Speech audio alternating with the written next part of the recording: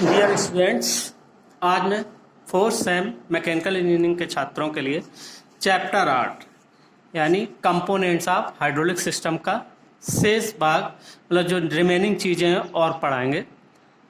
तो इसमें मेन है डिटेल जो पढ़ना है। अभी आपको हमने पिछले उसमें रिजर्वायर बता दिया था। अब है फिल्टर्स। तो फिल्टर्स के बारे में आपको केवल इतना याद रखना है कि होते क्या चीज़ें हैं, इनका क्लासिफिकेशन कैसे करते हैं और पर्पज क्या है, कहाँ कहाँ उपयोग किए जाते हैं। ठीक है भाई। तो फिल्टर थोड़ा बहुत आप लोग जानते ही होंगे क्या होता है कि फिल्टर एक ऐसी डिवाइस है जिसका प्रमुख उद्देश्य यानी जो मेन पर्पज है वो महीन फाइन प्रोसेस मीडियम महीन फाइन पोरस मीडियम का यानी सरंध्र माध्यम का प्रयोग करने वाली रोक द्वारा इनसॉल्युबल कंटेमिनेंट्स को पृथक करना है। यानी एक ऐसी कोई डिवाइस हो जो कि पोरस मीडियम हो जिसमें कि जो अघुलनशील है, जो कि ऑयल में घुलते नहीं है, जो भी सॉलिड्स हैं या जो भी कंटेमिनेंट्स हैं उनको अलग करना छान के। ठीक है भाई। यानी वह युक्ति है जिसका प्रमुख उद्देश्य महीन सरंध्र माध्यम फाइन पोरस मीडियम का प्रयोग करने वाली रोक द्वारा अघुलनशील संदूषण यानी इनसॉल्युबल कंटेमिनेंट्स को पृथक करना है, अलग करना है, जिससे वो ऑयल के साथ ना जाएं और मशीन को नुकसान न पहुंचाएं किसी भी। तो तेल की स्वच्छता किसी भी हाइड्रोलिक सिस्टम के लंबे सेवा काल तथा सही ऑपरेशन के लिए अत्यंत महत्वपूर्ण है कि अगर कचरे से तेल अंदर जाएगा, जो इनसॉल्युबल कंटेमिनेंट्स हैं उसके साथ जाएंगे, तो वो रोलिंग पार्ट्स को या उस सिस्टम को खराब कर सकते हैं। तो सेवा काल यानी उसकी लाइफ जो है मशीन की कम हो जाएगी। तो किसी भी हाइड्रोलिक सिस्टम के फेल होने का प्रमुख कारण कंटेमिनेशन होता है, यानी जो संदूषण होता है, जो उसमें गंदगी होती है, जो सॉलिड्स होते हैं, जो उसमें इनसॉल्युबल जो चले जाते हैं, वही रीजन है फेल होने का। अतः ऑयल को सही प्रकार से फिल्टर करना आवश्यक है, इसलिए फिल्टर करते हैं ऑयल को। यानी उसके जो कंटेमिनेशंस जो होते हैं, कंटेमिनेंट्स जो होते हैं उनको अलग करना है, इनसॉल्युबल है ना, जो कि अघुलनशील संदूषण। पर्पज, एक फिल्टर स्टील की बनी हुई हाउसिंग या पात्र होता है, हाउसिंग या पात्र न वेसल और होता है जिसमें एक प्रवेश तथा निकास मार्ग बना होता है और इसमें स्प्रिंगों के माध्यम से फिल्टर एलिमेंट्स, यानी फिल्टर एलिमेंट्स क्या होंगे, वही जो porous fine porous medium filter elements को यथास्थिति में बनाए रखा जाता है। जब फिल्टर गंदा हो जाता है तो इसे हटा देते हैं तथा इसकी जगह नया फिल्टर लगा देते हैं। और फिल्टरों द्वारा हटाए गए कणों का साइज माइक्रोन में नापा जाता है, यानी जैसा शुरुआत में बताया कि फाइन पोरस मीडियम होते हैं जो कि माइक्रोन में होते हैं। ठीक है भाई, जिनको फिल्टर करते हैं हम। अब इनका क्लासिफिकेशन किस किस आधार पर करते हैं। क्लासिफिकेशन का मतलब है कि बेस लेते हैं कि किस बेस पर इसको कौन से फिल्टर का उपयोग करते हैं। तो जैसे कि फिल्टर करने की विधि के आधार पर according to the filtering method के आधार पर जो फिल्टर होंगे वो होते हैं मैकेनिकल फिल्टर यानी यांत्रिक फिल्टर और एब्जॉर्प्शन फिल्टर। ठीक है।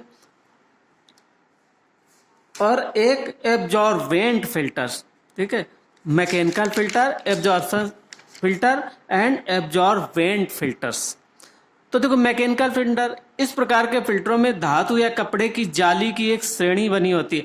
बहुत सारे, जैसे पूरा वेसल है, उस वेसल में ऐसे सीरीज में लगा देते हैं, तो 2-3 बार में इसको फिल्टर करते हैं कोई भी, कि कुछ यहाँ पर रुकेगा, कुछ यहाँ पर रुकेगा, फिर उनके बीच में जो कचरा रह जाता है जो उनको जालियों को हटा के फिर उनको साफ कर लेते हैं, और अगर ज़्यादा चौक हो गई तो उसको बदल देते हैं। तो इस प्रकार के फिल्टरों में धातु या कपड़े की जाली की एक श्रेणी बनी होती है। ये फिल्टर तरल में उपस्थित यानी फ्लूइड में उपस्थित अपेक्षाकृत मोटे कणों को पृथक करने में सक्षम होते हैं। ठीक है, जो पहले मोटे कणों को अलग करते हैं। अब दूसरा आता है एब्जॉर्प्शन फिल्टर। ये फिल्टर पोरस तथा परमेबल पारगम्य पदार्थों जैसे कागज, वुड पल्प, कपड़ों, सेलुलोज तथा एस्बेस्टस आदि से बने होते हैं। पेपर फिल्टर एक रेजिन द्वारा लेपित होते हैं, जिससे उसे अतिरिक्त सामर्थ्य मिलती है कि वो फाइन पोरस है। भाई अगर हमने लगाते समय या लगाने के बाद बहुत जल्दी टूटे नहीं, तो उसकी स्ट्रेंथ बढ़ाने के लिए क्या करते हैं, रेजिन के द्वारा रेजिन की एक कोटिंग चढ़ा देते हैं, लेप कर देते हैं। ये फिल्टर अत्यंत छोटे कणों को फिल्टर करने के काम आते हैं। तो यानी विधि है ना, जहां पर बहुत छोटे कण को फिल्टर करना हो तो फिर हम मैकेनिकल फिल्टर की जगह एब्जॉर्प्शन फिल्टर लगा देंगे। ठीक है भाई, पहले मोटे कणों को उठाना, ये लगा दिया, फिर उसके बाद एब्जॉर्प्शन फिल्टर से और मेन आपको फिल्टर करना है तो फिर एब्जॉर्प्शन फिल्टर। और एब्जॉर्बेंट फिल्टर वो होता है अवशोषण और ये होता है अधिशोषण। यानी यह एक इस प्रकार का फिल्टर है जिसमें सतह पर कणों के चिपकने की क्रिया से संबंधित है। ऐसे फिल्टरों की क्षमता उपलब्ध सरफेस फिल्टर के परिमाण पर डिपेंड करता है। उपयुक्त होने वाले एब्जॉर्बेंट पदार्थ प्रायः एक्टिवेटेड क्ले या केमिकली ट्रीटेड पेपर होते हैं। यानी एक्टिवेटेड क्ले या केमिकली ट्रीटेड पेपर होते हैं। तो भाई देखो, ये इसमें तो आपको याद ही करना पड़ेगा। याद क्या कि भाई ये क्या चीज़ होते हैं, तो इसमें ऐसे कोई समझाने की तो बात है नहीं, बस ये तो है कि ये चीज़ें यूज करते हैं। ठीक है भाई, और ये मैंने PDF आपको भेज भी रखा है, तो इनको पढ़ जरूर लेना, क्योंकि बीच बीच में इनसे बहुत सारे क्वेश्चन बन सकते हैं MCQ। अब according to size of pores according to size of pores in material, है ना, तो उसके अनुसार यानी मटेरियल में जो पोर के साइज हैं उसके आधार पर, तो सरफेस फिल्टर ये एक साधारण स्क्रीन होते हैं जिनका प्रयोग उनके पोर्स में से तेल को पास करा के उसे साफ करने के लिए होता है।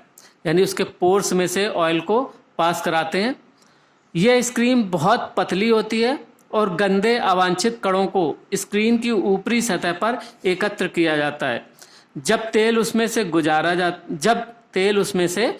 जाता है, जैसे तेल उसमें से गुजरेगा तो ऊपरी सतह पर जो उस पे इकट्ठे होते जाएंगे जो भी आपकी गंदगी है ना।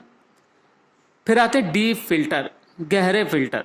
ये मोटी दीवार युक्त फिल्टर माध्यम होते हैं जिनके मध्य से तेल को गुजारा जाता है और अवांछित बाहरी कण रोक दिए जाते हैं। इसमें अधिक महीन कण भी रोके जा सकते हैं और इनकी क्षमता सरफेस फिल्टर से अधिक होती है।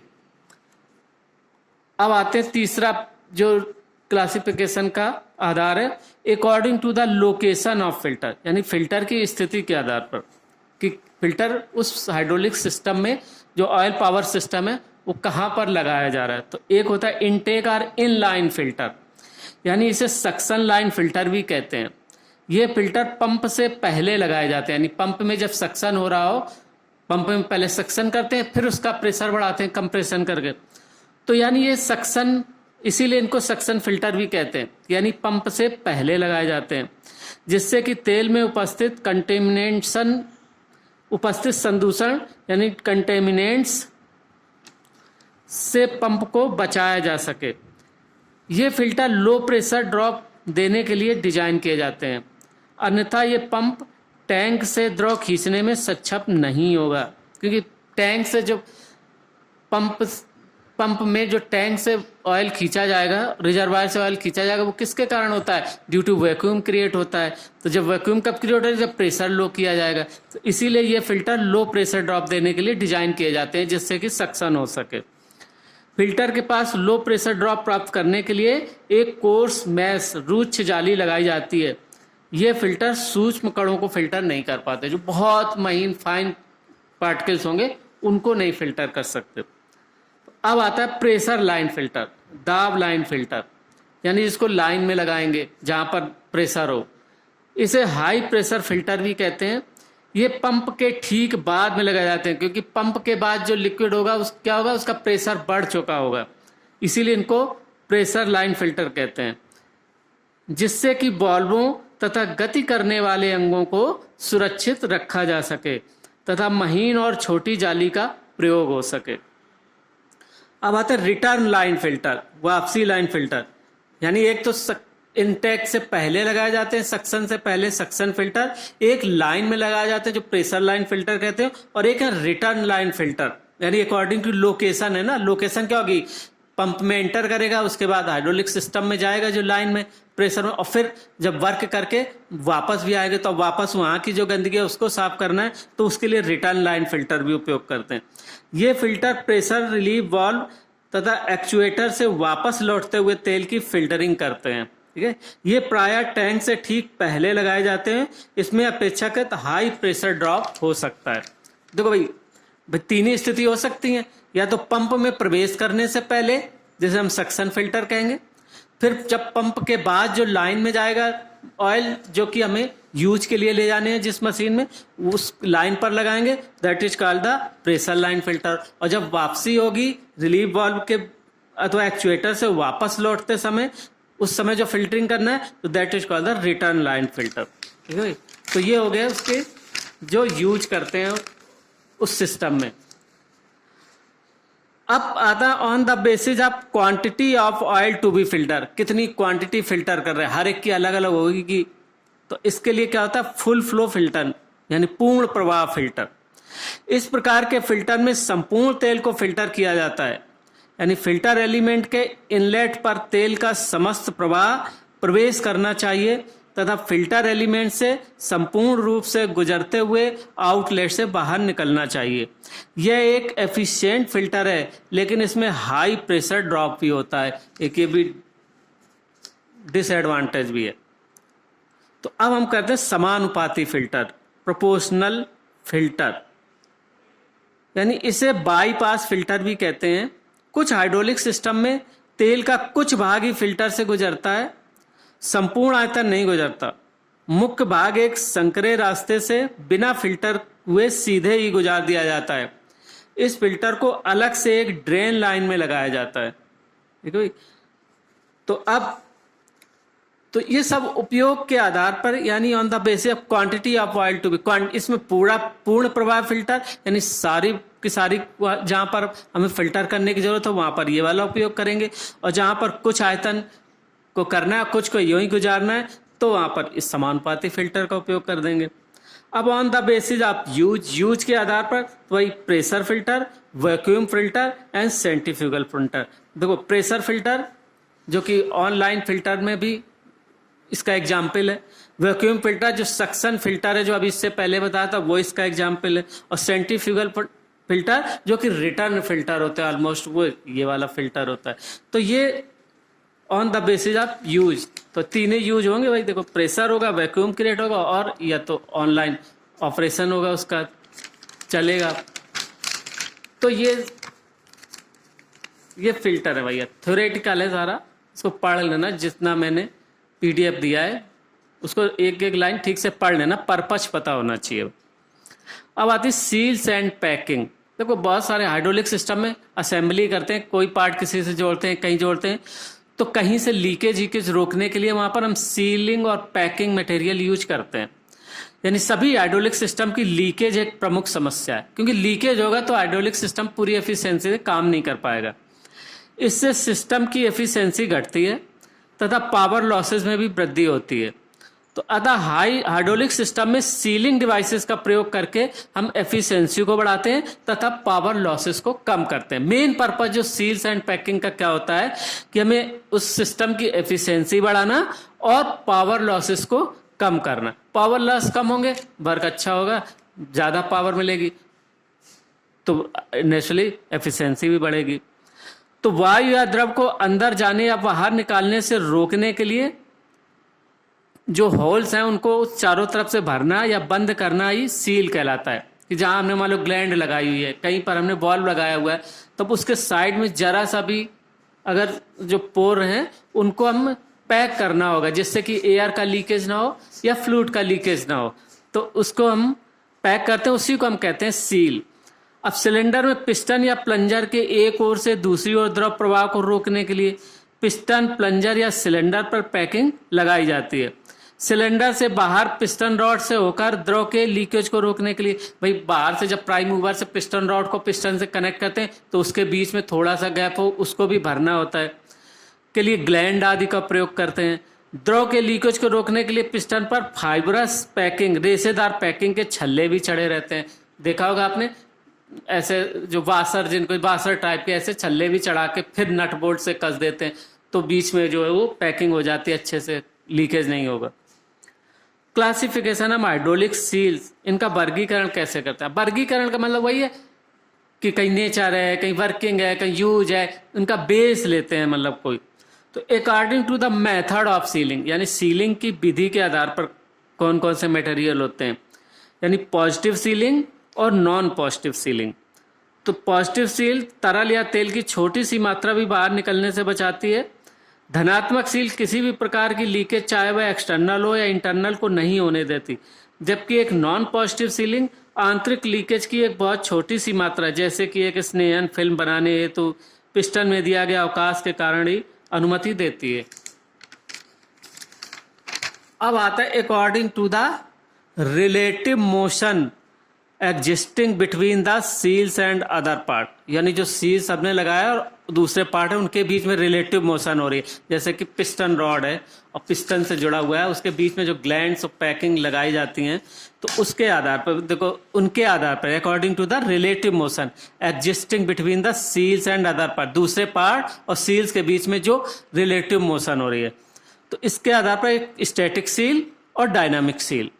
तो स्टैटिक सील ऐसे स्थानों पर प्रयोग की जाती है जहां मिलने वाले अंगों में सापेक्ष गति नहीं हो, ठीक है, जहां पर कोई चीज हमें केवल कस के छोड़ देनी है, वहां पर नट बोल्ट से उसको कसना है, तो बीच में छल्ले से लगा दिए या पैकिंग मटेरियल लगा के फिर नट बोल्ट कस दिया, बस वहां पर मोशन नहीं होना, ठीक है। तो उदाहरण के लिए जैसे flange, gasket, seal, O-ring, O-ring मतलब वही छल्ले इस टाइप के आदि। गतिक सील ऐसे स्थानों पर प्रयोग की जाती है जहां मिलने वाले अंगों में सापेक्ष गति होती है, अतः गतिक सीलों में घिसन की समस्या होती है, क्योंकि एक चल अंग सील के विरुद्ध घिसता है, ठीक है। जैसे ग्लैंड है, जहां पिस्टन रॉड और पिस्टन को जोड़ने के बीच में हम ग्लैंड लगाते हैं, तो वो बहुत टफन मटेरियल के ग्लैंड लगाएंगे जिससे कि वो घिसने को भी रोके। अगला according to the geometrical cross section, cross section के आधार पर की बनावट जो होती है सीलिंग की, तो क्या था, ओ रिंग सील, यह एक मोल्डेड सिंथेटिक रबर सील होती है जिसकी अनुप्रस्थ काट उसकी मुक्त अवस्था में वृत्ताकार होती है। यह सील ताप, दाब तथा गतियों की एक बड़ी रेंज के लिए इफेक्टिव सीलिंग प्रदान करती है। दूसरा होता है VRU रिंग सीलिंग। ये संपीड़न प्रकार की सील होती हैं और प्रायः सभी प्रकार के रेसिप्रोकेटिंग पंप में पिस्टन तथा प्लंजर पर सील, न्यूमेटिक एंड हाइड्रोलिक सिलेंडरों, प्रेस रैंक, जैक्स, पिस्टन तथा पिस्टन रॉड सील आदि में प्रयोग किए जाते हैं। इन सील्स में V और U शेप में मोल्ड करके बनाया जाता है ना, कि जैसे आपने देखा होगा कि पिस्टन रॉड है तो वहां पर ऐसे ऐसे मोल्ड करके ग्लैंड ऐसे लगा दिया, यहाँ पर ये पैकिंग मटेरियल है, बीच में इस तरीके के, है ना। अब नेक्स्ट आता है टी रिंग सील। यह सील स्थिर तथा पश्चात गति अनुप्रयोगों के लिए एक उत्कृष्ट सील समाधान प्रदान करते हैं। पिस्टन कप पैकिंग, इनको न्यूमेटिक ऑब्लिक हाइड्रोलिक सिलेंडर तथा पश्चात पंपों में पिस्टनों के लिए विशेष रूप से डिजाइन किया जाता है। ये आसानी व शीघ्रता से लगाए जा सकते हैं। फिर आती पिस्टन रिंग्स, आपने ये आईसी इंजन में भी पढ़ा होगा, थर्मल इंजीनियरिंग में। पिस्टन रिंग यानी पिस्टन को घिसने से रोकने के लिए, जबकि सिलेंडर में रेसिप्रोकेटिंग मोशन करता है तो उसमें दो पिस्टन रिंग्स लगाते हैं, कंप्रेसिव रिंग, ऑयल रिंग। तो ये रिंग सिलेंडर पिस्टनों में प्रयोग की जाती हैं। धातु पिस्टन रिंग प्रायः कास्ट आयरन अथवा स्टील की बनाई जाती हैं। जंग तथा कोरोजन से बचाने के लिए इन रिंग पर जिंक फास्फेट अथवा मैग्नीज फास्फेट की बाहरी परत चढ़ाई जाती है।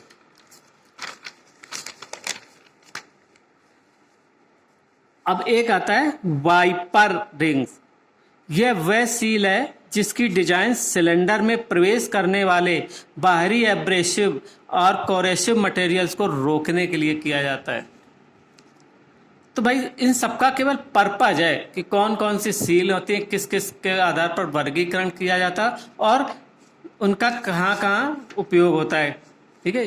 तो यही चीज पढ़ना आपको। अब ये तो कंप्लीट, इसमें कोई ऐसा प्रिंसिपल नहीं है, ऐसा कोई चीज नहीं है, बस किसकी बनी होती है, कहाँ कहाँ उपयोग किया जाता है। अब बहुत सारे सीलिंग मटेरियल कौन कौन से होते हैं जो हम इन सील्स पैक में यूज करते हैं। तो एक तो लेदर का भी उपयोग करते हैं, दूसरा होता है बुना एन। बुना एन मतलब यह पदार्थ कम कीमत का तथा घिसने वाला होता है। इसके परिचालन के तापमान की रेंज अपेक्षाकृत अधिक होती है। ये -45 डिग्री सेंटीग्रेड से लेकर 110 डिग्री तक काम कर सकते हैं। सिलिकॉन, यह इलास्टोमर बहुत अधिक तापमान पर -65 डिग्री सेंटीग्रेड से 235 डिग्री सेंटीग्रेड तक होता है। इसीलिए घूमती हुई सैप, सील तथा स्थैतिक सीलों के लिए प्रयोग किए जाते हैं। इनकी टियर रेजिस्टेंस बहुत कम होती है, इसलिए पश्चाग्र सील अनुप्रयोगों के लिए उपयुक्त नहीं है। नियोप्रीन एक मटेरियल है। नियोप्रीन यह पदार्थ 50 डिग्री सेंटीग्रेड से लेकर 120 डिग्री सेंटीग्रेड तक क्रियाकारी तापमान रेंज रखते हैं। टेट्राफ्लोराइड, टेट्राफ्लोरोइथाइलिन, टेट्राफ्लोरोइथाइलिन यानी हाइड्रोलिक सिस्टम में सील के लिए ये सबसे ज़्यादा उपयोग होने वाली प्लास्टिक के रूप में इसका प्रयोग होता है। यह टफ तथा रासायनिक रूप से निष्क्रिय होता है, यानी इसमें कोई केमिकल रिएक्शन नहीं होता। इसका घर्षण गुणांक बहुत कम होता है। घर्षण गुणांक कम होता है यानी अच्छा चिकना होता है, मतलब इसमें फ्रिक्शन कम होता है। वाइटन, इसमें लगभग 65% फ्लोरीन होता है। यह लगभग एक मानक पदार्थ के रूप में इलास्टोमर प्रकार की सीलों में प्रयुक्त होता है, जो उच्च तापमान लगभग 240 डिग्री सेंटीग्रेड से लेकर न्यूनतम परिचालन तापमान 28 डिग्री सेंटीग्रेड तक कार्य करती हैं। तो ये भाई मटेरियल्स हैं। तो अब इनके बारे में आप थोड़ा सा एक बार इस नोट से आप पढ़ लेंगे, तो इसके बाद आपको अब ये तो आपको याद ही रखना होगा भाई, इसको एक बार रिवाइज करना होगा, याद रखना होगा कि कौन सी क्या चीज़ है, क्योंकि ये मटेरियल है और मटेरियल में ये होता है भाई किसके बने होते हैं, किस रेंज तक काम कर सकते हैं, कहाँ उपयोग किए जा सकते हैं, तो यही बताना होता है भाई, है ना। तो बाकी अब नेक्स्ट लेक्चर में हम लास्ट चैप्टर शुरू करेंगे, कंपोनेंट्स ऑफ न्यूमेटिक सिस्टम। जैसे अभी ये कंपोनेंट ऑफ हाइड्रोलिक सिस्टम थे, अब आपके कंपोनेंट ऑफ न्यूमेटिक सिस्टम आएंगे। ठीक है भाई, ओके, थैंक यू।